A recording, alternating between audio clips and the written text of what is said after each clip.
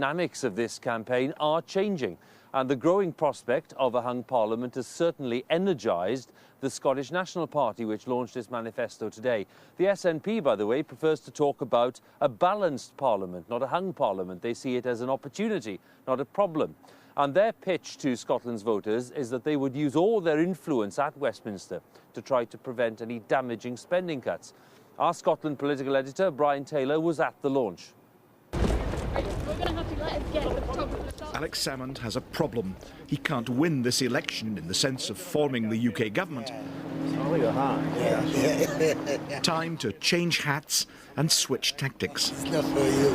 Today's manifesto isn't a programme for government, it's an agenda for a hung, or as Mr Salmond calls it, balanced parliament.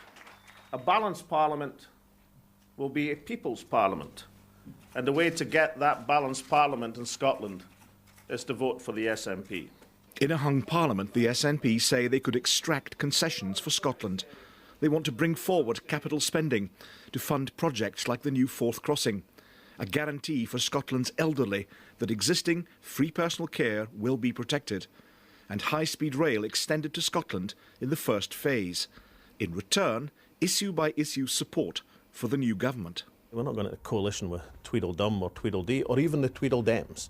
What we're going to do is, as each vital vote comes along, and many vital votes would come along, then we put forward our platform for Scotland and we seek to protect Scotland from cuts and also to make advances where we can. To save money, the SNP would axe the Trident nuclear deterrent. They'd scrap plans for ID cards and they'd abolish the House of Lords. We now have the SNP shopping list in the shape of their manifesto, but a few questions remain. Will there be a hung parliament? Will the SNP gain enough seats to get to the negotiating table? And will anybody talk to them if they do?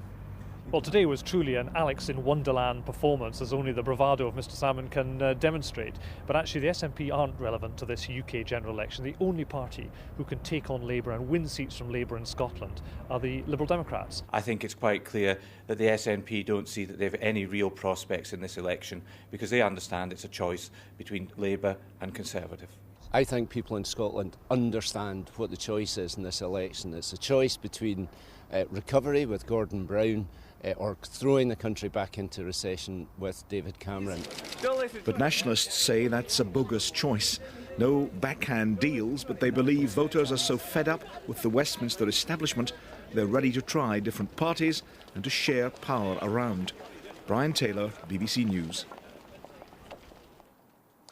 Well, as the SNP was urging people to vote for that balanced parliament, the Conservative leader, David Cameron, warned tonight that Britain faced political and economic stagnation if no party won an outright majority. He said that the rest of the world would not understand how Britain could tackle its record deficit unless the election produced a decisive result.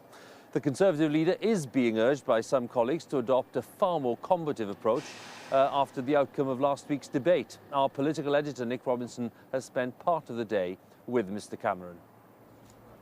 It was not meant to be like this. Inside the Tories' war room, they're still scratching their heads and wondering whatever happened to their massive poll lead. Well, I'm going to a social enterprise in Birmingham today. For month after month, the polls have led David Cameron and his wife